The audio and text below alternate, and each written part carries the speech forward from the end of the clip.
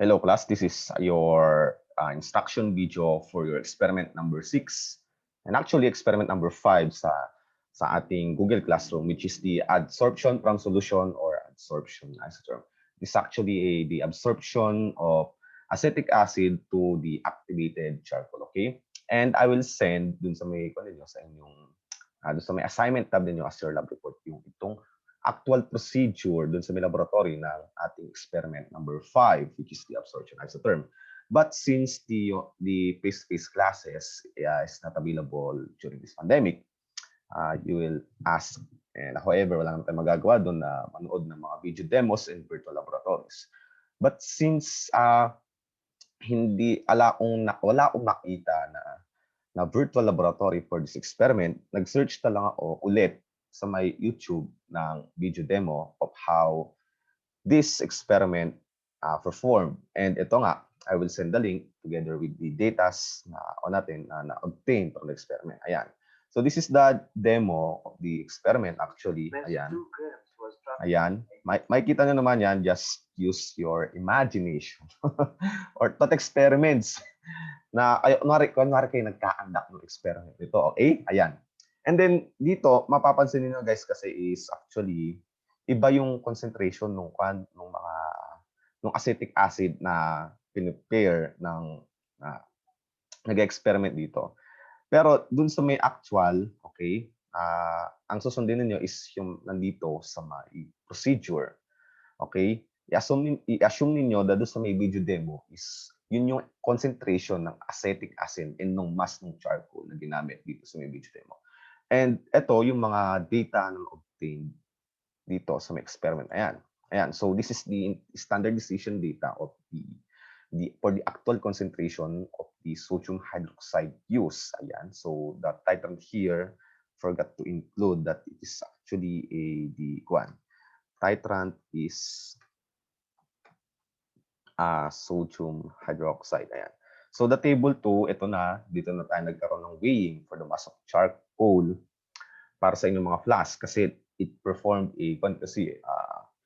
three trials for each flask with their designated concentration. Ayan. So ito yung mga yon, ayan, the acetic acid, kaya na lang maglagay dito. Okay, i-edit ko na lang kapag sinend ko sa inyo itong mga itong mga concentrations. Ayan.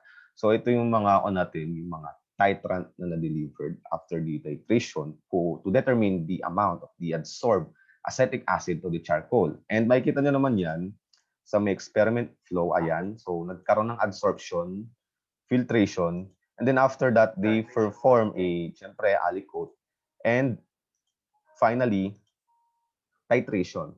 So ang workflow na experiment ito to be summarized is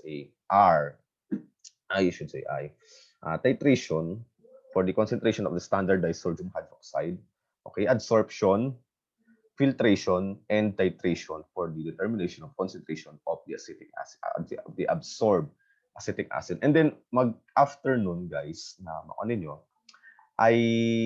these are the calculations that should be written in your laboratory report. Ayan.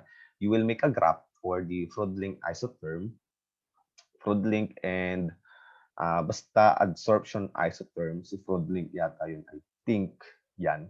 And then, so ito yung mga susundin ninyo na mga dapat lumabas sa experiment, mga graphs. And how do you do that? By using this data obtained from the experiment.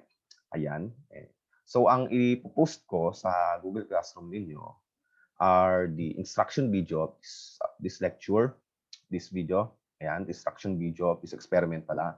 The YouTube link for the video demo, the experimental procedure for the actual laboratory experiment, and then the data obtained. So, sir, saan niyo po ba nakuha yung data na yan? Hindi po ba hinulaan niyo lang yan, sir? Hindi ko hinulaan yan. Actually, ang data na ito yung data na na-obtain namin nung kami nag-perform ng experiment, nung kami undergraduate pa. PChem 2 namin. Ayan, so yan yung mga old data na yan. Yan yung na-obtain namin data. Ayan, and as you can see here, nagkakaroon tayo ng scarcity. Actually, experiment 5 pa lang tayo. Tayo nasa 12 week na ng online classes. May apologies for that, guys. And sana may natututunan kayo sa online class natin dito kahit hindi ko kayo naka-interact synchronously.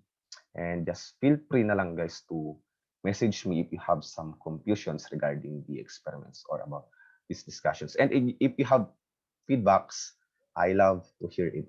So thank you guys for listening. This is the instruction video of our experiment number 5, and goodbye.